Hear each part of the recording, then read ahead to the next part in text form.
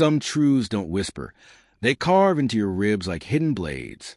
You carry them for years, locked behind clenched jaws and careful smiles, pretending they don't hurt. But one day they scream. And when they do, there's no putting them back. That was me. I carried mine too long, until I chose to open the door and let them out. Every winter, I returned to my parents' house like clockwork. The place smelled like cinnamon and old cedar, candles flickering over a gold tablecloth that tried too hard to feel festive. My son, Theo, would clutch his stuffed owl, one button I always loose, and hold my hand like it was the only anchor he trusted. He'd wear his bright red sweater, claiming it gave him superpowers. And I'd smile, nodding to the front door like everything was fine. "Hey, Mom. Good to see you." Pop. Same script. Same cold warmth. But under all the traditions, beneath the shiny dishes and polite conversation, there was a tension in that house.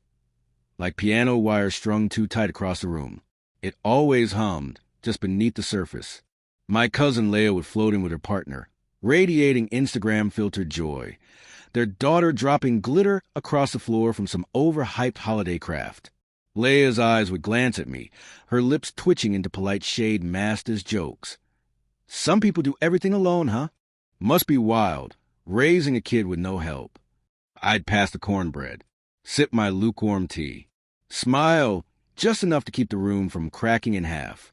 Theo would sit drawing at the table, tongue between his teeth, humming a little song only he knew. I held it all together for him, smiling while bracing for the hit I knew would come. It came with dessert. My father, Walter, leaned forward, dragging his spoon across the plate like a sword being drawn. "You really think you're enough of that boy, Henry?" he said, voice cool. "You show up alone every year. You're a letdown." That word, letdown, didn't land on my skin. It landed in my bones. Theo stopped coloring. His eyes flicked to me. Steady, small, waiting. I didn't flinch. I'd heard worse, lived worse. My mother stared down at her napkin like it had answers. Leia sipped her wine and looked right past me. I stood up.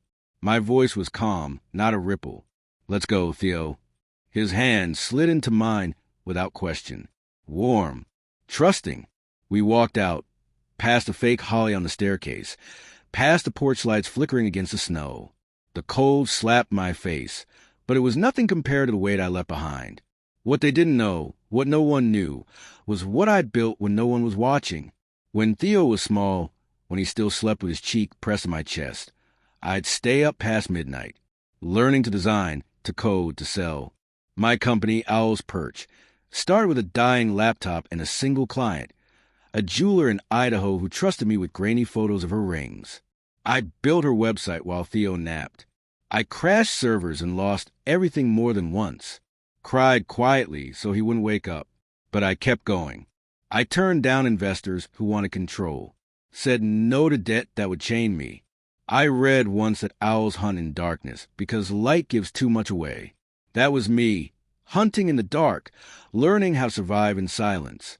By Theo's 5th birthday, I had a team, 10 clients, a real office.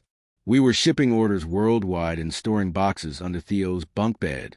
My business partner, Drew, and I used to text each other at 4 a.m., whispering so our kids wouldn't wake. I wore the same scuffed boots, drove a van that wheezed through every intersection. And I didn't tell anyone, not a soul, not even my family. They thought I was scraping by, barely afloat, and I let them believe that. Because every time they called, it wasn't to ask how I was, it was to ask for something. I kept a record of every payment I made. The quiet ones, the hidden ones. I saved my parents' farm when the bank came knocking, slid money into shadow accounts under fake names. My mom called it a miracle. My father chalked it up to his stubborn work ethic. When Leia couldn't pay her tuition, I slipped it through a fund-labeled fellowship. She toasted fate at her graduation. I clapped from the back row. Their new fence, Mom's surgery, Dad's new truck, me, all me. And I never asked for credit. I thought giving in the dark made me strong. Turns out it made me invisible. A week after that dinner, I packed our bags, fled to the coast. The cabin I bought years ago under a shell company sat waiting, quiet and untouched. Theo ran across the sand, shouting about seashells shaped like moons. I stood on the deck with coffee scalded in my palm, watching him leap over driftwood like he was weightless. No one was watching me anymore. No one to judge. No one to take. That night, I sat at the small kitchen table, laptop glowing like an old friend. I pulled up every file, every invoice, every transaction I'd buried for them, every piece of their lives I held up in my hands, and never once asked to be seen. And then I found something, a single transfer, when I didn't recognize it first. Years old. It was to a pediatric cardiac clinic in Portland. Not for my mom, not for Leia. It was for Theo, a surgery when he was 2, to fix a heart murmur we were told could take him from me. I remembered the fear, the hospital's sterile halls. But they told me a donor came through.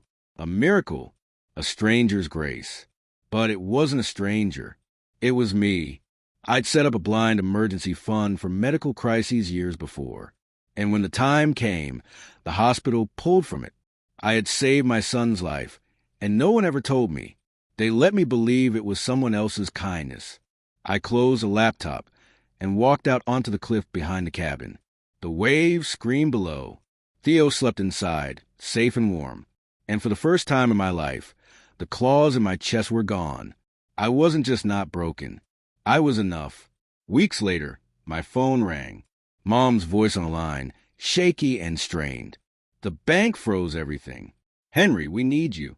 I let the silence stretch, then said the words I should have said years ago. I paid for it all. The farm, Ila's degree, your surgery, every cent. You never asked. You just took. She cried, whispered. I didn't see. I know, I said, and I forgive you, but I'm not coming back. I wasn't running anymore. I was building something, this time not in the shadows. It's called Tides Hold, a foundation for single dads like me, men who've been told they're not enough, men who carry whole lives in silence. Every blueprint, every dollar, my name is on it now. Theo doesn't understand the scale of it yet. He just says, "Dad's helping people." And when he looks at me, I know he sees me. Not a ghost, not a prop, not a punchline. He sees his father. Oh, standing tall. And here's what cracked me open the most. Not the betrayal, not the silence, not even the weight. It was realizing I had been the miracle all along. So I'll ask you this. What truth are you burying in your bones? The one that's eating you from the inside, trying to claw its way out? Drop it below. I'm listening. And maybe it's time to let it scream. If this story reached you, share it. Subscribe for more stories of quiet power. And remember, you are not alone.